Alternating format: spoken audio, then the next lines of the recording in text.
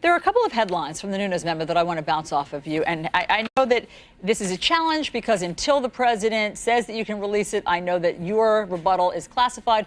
But this is out there, and I want you to try to respond to it as best you can. So one of them is that the deputy director of the FBI, McCabe, testified before your committee in December of 2017 that no surveillance warrant, no FISA court, to the FISA court would have been sought without the Steele dossier information. Is that true?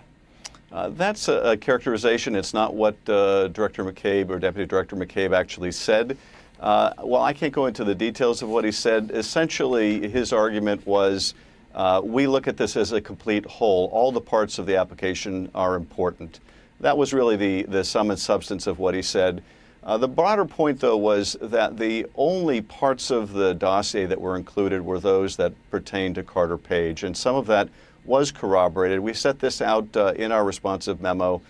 So it's very important for people to understand, contrary to the very misleading impression that the GOP gives, the salacious video and all that stuff, that was not part of the FISA application, only the parts pertinent to Carter Page. And there was corroboration of some of those very important elements. That's really helpful. So you're saying that the FISA court never saw the most salacious, uncorroborated stuff? That's exactly right. And we'll be releasing the transcript of our hearing last night. And you can see members making this argument, and unfortunately, it's because they haven't read the underlying materials. So one of my colleagues, for example, said, well, we don't have evidence that Michael Cohen made a trip to Prague. This is also part of the dossier.